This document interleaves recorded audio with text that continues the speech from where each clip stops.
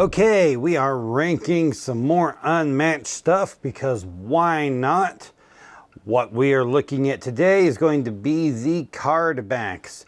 Yes, every character has their own deck of cards, and each of them has a unique design to their card back. So let's take a look at all those and see which ones we think look pretty good and which ones are kind of eh. So we are going to go through the 19 characters that currently are out. We are going to start at the bottom of it here. We have Invisible Man.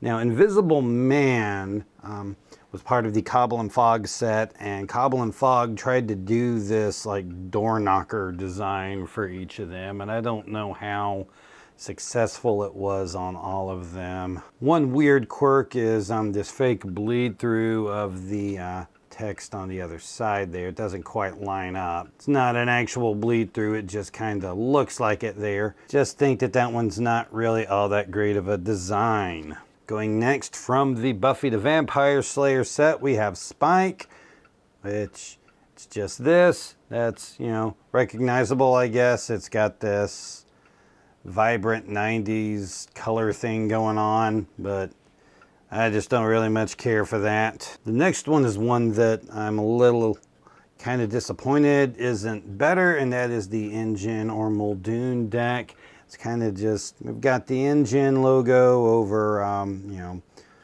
some stylized stuff in the background with the target and what all. We've got, you know, the reticle on there, which goes well for the hunting and what all, but it's just not all that great of a design. This next one is another one from Cobble and Fog, which just didn't really seem to work quite right. It's kind of another door knocker themed one with Jekyll and Hyde kind of split on either side there. Trying to show kind of a dual existence there on either half of it there, with the border even being split down the middle. It's a good idea, just didn't really work quite right. Next we have Dracula. I kind of wish they would have not gone with this door knocker theme for all of Cobble and Fog, because it really, for 3 of the 4, it just really did not work particularly well. You know, it's got the sisters on it and got some Dracula stuff on there, but it's just not all that great. Barely beating out Dracula, we have the Vampire Slayer of Buffy. It's kind of got that psychedelic neon color scheme again that the entire Buffy set has, but just not really all that great. This one is pretty decent, and that is King Arthur. You can see all the details that's going on with this one with the crown. Unlike Arthur's figure, you can actually tell that this is something related to King Arthur with the crown and what all on it. So that's a bit of an improvement there. Little Red's got quite a bit going on with hers, and she is one of the few fighters to actually show up on the back of their card, although in kind of this silhouetted, stylized thing.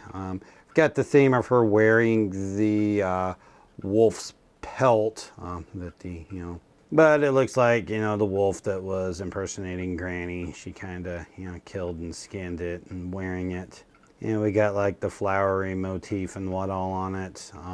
It gets a little different thing down here in the corner. The tale of Little Red Riding Hood and the Huntsman versus the standard stylizing that most of the decks have. Kind of like what we got going here with Medusa. You know, we got the snakes, kind of an eye there looking at you there. That's kind of a nice looking one. Nothing amazing there, but pretty nice. Sinbad is interesting that the dominant color background on his is really not one of the colors that's associated with his character. He really kind of has that yellowish orange color prominently, you know, in the artwork and everything, as well as on his health dials and what all.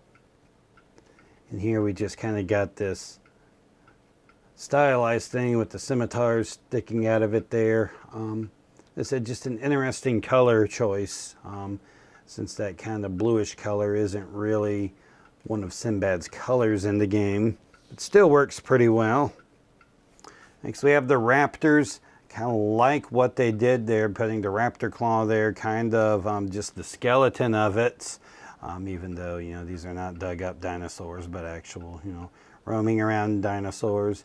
Got the jungle and the greens and everything on there. That's a pretty nice one. Really like what they've done with this one here with Angel. We've got, and once again, that neon psychedelic thing going on. But the sword and the dagger, the purple burst behind it, and all the details in that. This is a really sharp looking one here. And they really got this one to look pretty nice.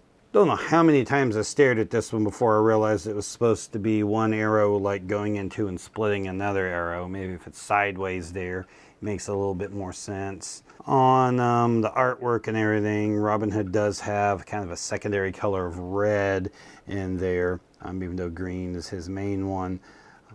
So the red in the background there definitely kind of works for him. And I do like that one. This is the one out of the Cobble and Fog set that really did work well, even on its own, utilizing 221B as a major thing there for Sherlock Holmes. Works really well for him. Just everything in this here, you know, the pipe, the violin, the hat, magnifying glass.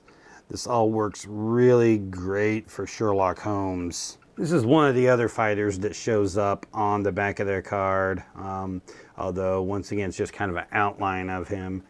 This is a reference to the famous photo of Bigfoot that has been used as evidence of Bigfoot for years and years and years. I like what they did with the multiple outlines of it there. That's a great way to kind of do a little tongue-in-cheek reference there to Bigfoot. Also you get the jackalope horns in there for the jackalope.